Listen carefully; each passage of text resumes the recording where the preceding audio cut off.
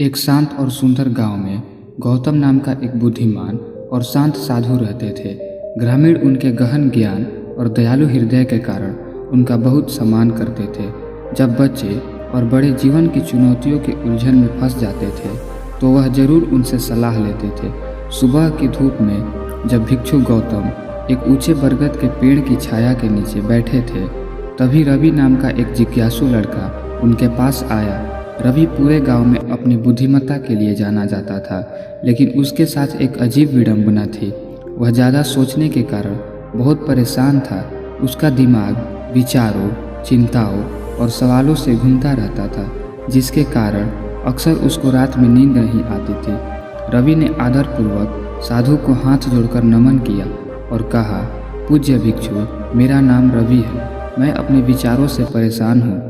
मेरा मन हमेशा खत्म ना होने वाले सवालों और चिंताओं से भरा रहता है। मुझे शांति नहीं मिल पाती है।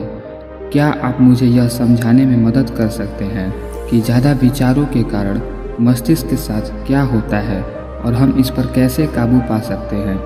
भिक्षु गौतम ने दयालु मुस्कान के साथ रवि की ओर देखा और उससे अपने पास बैठने के लिए बोले और कहा, बेशक, आओ मैं तुम्हारे साथ सदियों का ज्ञान साझा करूं।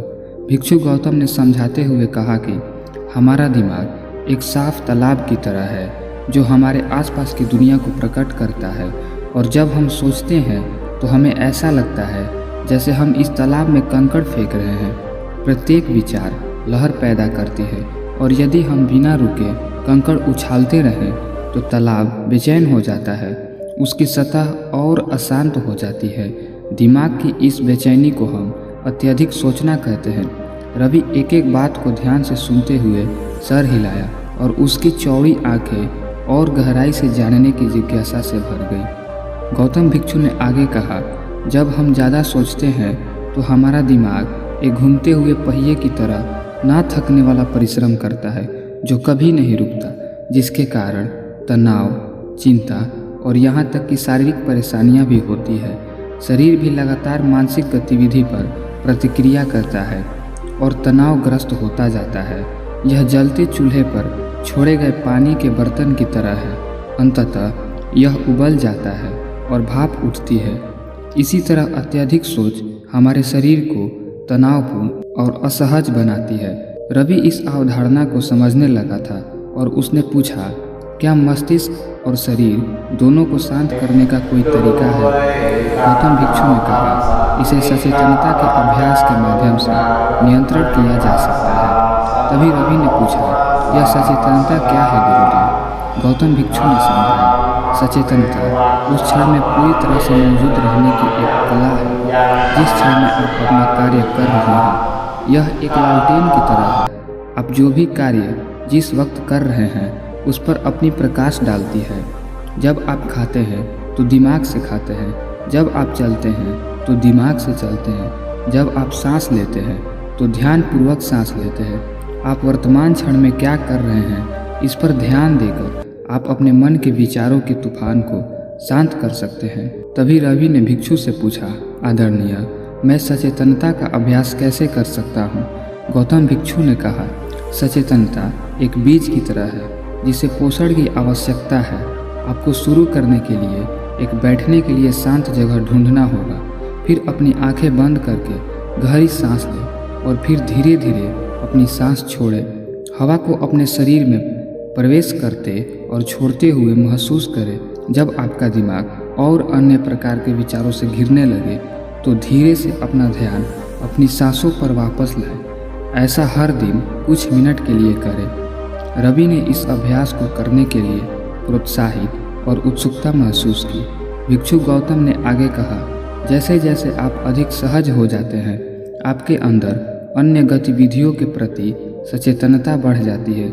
जब आप खाते हैं तो प्रत्येक टुकड़े का स्वाद लें। स्वाद बनाओ और यह आपके शरीर को कैसे पोषण देता है, इस पर ध्यान दें। जब आप चलते हैं तो नीचे की धरती को महसूस करें। आपके पैर अपने आसपास की आवाज़ों को सुनें। प्रत्येक क्षण में पूरी तरह से मौजूद रहकर आप अपने दिमाग को शांत कर सकते हैं और अत्यधिक सोचने से रोक सकते हैं। रवि आशा और कृतज्ञता से भर गया। उसने आदरणीय भिक्षु को धन्यवाद कर बोला, मैं अब ध्यान का अभ्यास शुरू कर दूंगा। अगले कुछ हफ्तों में रवि ने भिक्षु गौतम के दिए गए मार्गदर्शन का लगन से पालन किया और उसे काफ़ी कठिनाइयों का सामना करना पड़ा। उसे यह बहुत ही चुनौतीपूर्ण लगा क्योंकि उसका दिमाग लगातार बकबक करने का आदी हो गया था। हालांकि धैर्य और दृढ़ता के साथ उसने बदलाव को देखा। वह शांति और अधिक केंद्रित महसूस करने लगा। उसका अत्यधिक सोचना धीरे धीरे खत्म हो गया। उसकी जगह उस पल में शांति और उपस्थिति की गहरी भावना ने ले ली। एक दिन बरगद के पेड़ के नीचे ध्यान करते समय रवि को स्पष्टता और स्थिरता की गहरी अनुभूति हुई। ऐसा लग रहा था जैसे उसके कंधों से कोई भारी बोझ उतर गया हो। उसने महसूस किया कि अत्यधिक सोच विचार को त्याग कर और सचेतनता को अपनाकर उसने अपने भीतर आंतरिक शांति का एक गहरा कुआं पा लिया है। कृतज्ञता से भरे दिल के साथ रवि एक बार फिर भिक्षु कवि के पास गया और उसने कहा, आदरणीय भिक्षु, आपकी शिक्षाओं ने मेरी जीवन बदल दी। मैं अब अत्यधिक सोचने का कैदी नहीं हूँ और मुझे हर पल में खुशी मिलती है। आपके ज्ञान और मार्गदर्शन के लिए धन्यवाद। भिक्षु गौतम ने मुस्कुराते हुए कहा, मेरे प्रिय रवि, सच्चा शिक्षक तुम्हारे भीतर है। मैंने तुम्हें केवल रास्ता दिखाया है। याद रखो कि बगीचे की तरह मन को भी नियमित देखभाल और ध्यान की आवश्यकता होती है। अपने सचेतन अभ्यास को पोषित करते रहो और तुम्हारी आंतरिक शांति खिलती रहेगी। रवि उस दिन भिक्षु गौतम की उपस्थिति से कृतज्ञता से भरे हृदय और एक नए उद्देश्य की भावना के साथ चला गया। वह जानता था कि सचेतनता की यात्रा निरंतर चलने वाली है, लेकिन वह इसे पूरी तरह से अपनाने के लिए उत्सुक था और अपने नए ज्ञान को गांव के अन्य लोगों के साथ साझा करना चाह रहा था। इसलिए रवि और बुद्धिमान भिक्षु ने अपने रास्ते अलग कर लिए।